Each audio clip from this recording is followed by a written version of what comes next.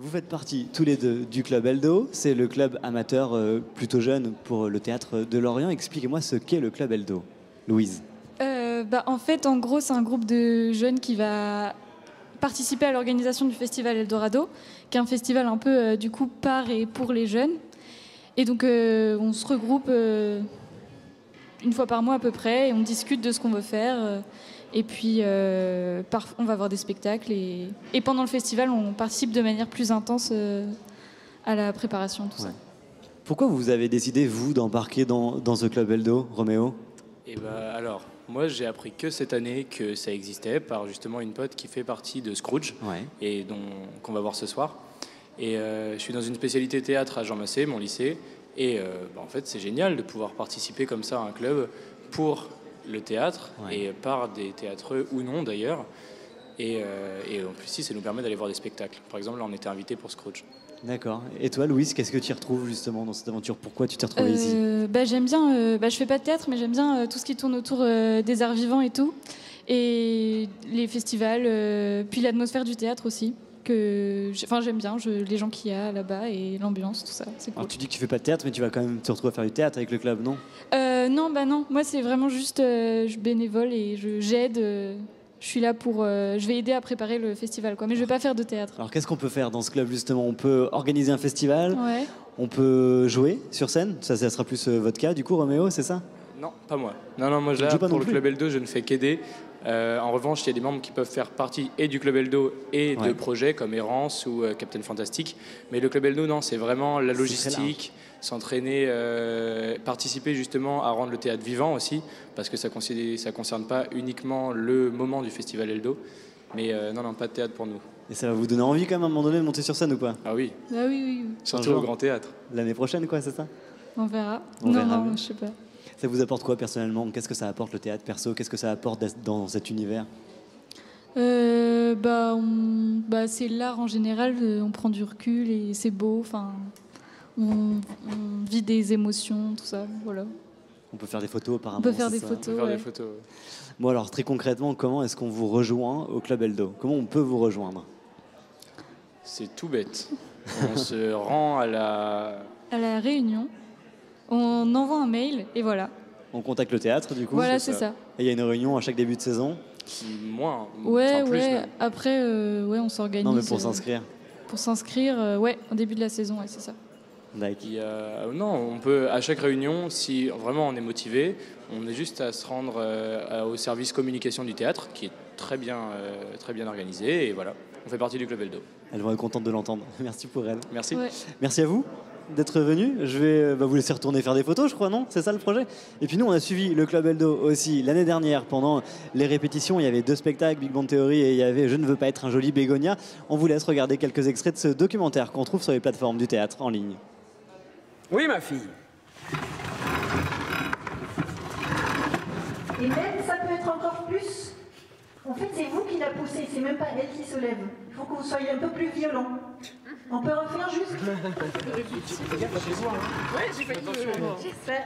Reprenons à ta sortie parce qu'elle est pas très calée, non? On ne quitte jamais sa famille, jamais, tu m'entends? Papa, arrête! Ça suffit! Laisse-moi partir! C'est très détaillé, on a l'impression qu'on a juste à travailler nos textes comme ça, mais en fait, il faut vraiment jouer ensemble. Et des fois, c'est pas facile de penser à faire ça et puis en même temps de laisser l'autre parler. Enfin, il y a beaucoup de choses à prendre en compte. Moi, j'ai au Caen, par exemple, il y a beaucoup de filles qui ont des expériences dans le théâtre et moi, j'en ai absolument pas.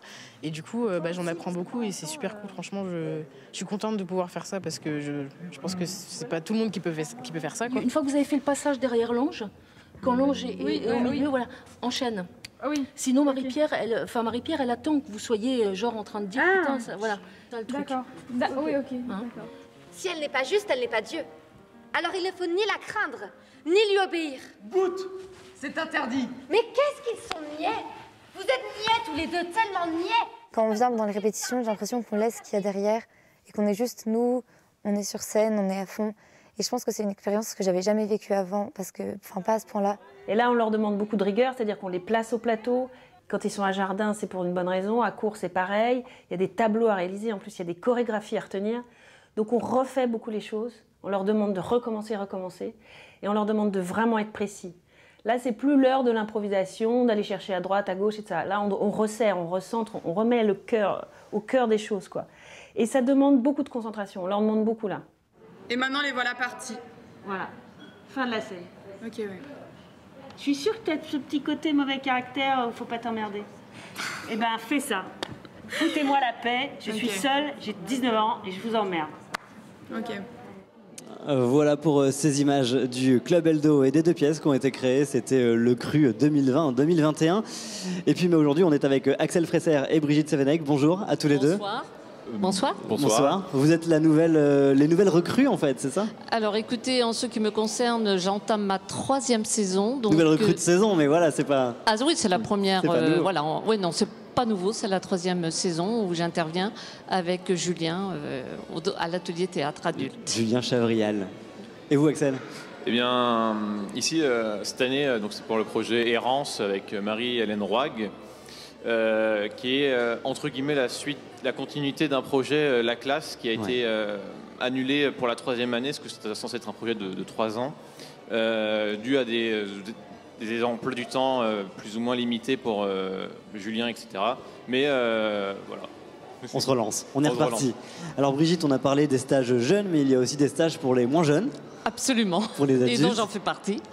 Alors expliquez-nous, du coup, comment ça se passe et quelle est la différence? Qu'est-ce qu'on y fait concrètement? Alors, dans un atelier adulte, on apprend déjà à se positionner, à prendre l'espace, on apprend son corps pour pouvoir s'exprimer le mieux possible et de façon la plus simple possible. Et de rester très naturel. Et alors, ça, c'est pas toujours évident. J'imagine que c'est pas simple. Ouais. Non, c'est pas simple. Et surtout de se mettre dans la peau d'un autre personnage que soi. Et ça, c'est très, très, très instructif et très, très. En même temps, c'est très agréable. Voilà. Mais justement, ça apporte quoi personnellement de faire du théâtre comme ça, d'avoir la chance de pouvoir en faire? Eh ben déjà de pouvoir s'exprimer, de pas avoir peur de s'exprimer et de prendre confiance en soi. Ouais. C'est déjà pas mal. Ah ouais, je trouve. Et vous, Axel, qu'est-ce que ça vous apporte, du coup, cette présence dans les clubs, dans les stages? De la joie. Voilà, beaucoup de plaisir et de bonheur. Et personnellement, ça me permet également un peu de me libérer la parole, etc., d'être moins timide. Ouais. D'oser plus des choses en général dans la vie. C'est vachement bénéfique. Alors vous le dites, vous bossez actuellement sur Errance, c'est ça? Ouais. C'est le nouveau projet? C'est ça, c'est le nouveau projet. C'est le nouveau projet qui n'a pas encore commencé, qui commence en janvier. Et c'est un projet qu'on va créer entre nous, tout le monde, mais ce sera sur le thème de l'errance, justement. C'est tout ce qu'on sait, en fait. Mais alors, du coup, c'est pas un peu impressionnant, ou en tout cas inquiétant, ou enfin, je sais pas, de débarquer dans un projet qu'on ne connaît pas, on sait même pas ce qu'on va devoir créer, comment on va le créer? C'est la surprise, j'adore. On verra bien, et je sais que ça ne pourra que bien se passer. Ouais. Et ça, c'est super. Bon, quand est-ce qu'on vous retrouve sur scène tous les deux, du coup? Alors, en ce qui concerne l'atelier adulte, ce sera donc fin mai, sur l'adaptation donc des nouvelles de Raymond Carver, Les 3 roses jaunes. D'accord. Et donc nous, ce sera au Festival Eldorado en avril, donc le Festival des jeunes. Ok, et ben les rendez-vous sont pris. Oui. Merci. Merci beaucoup. À tous les deux.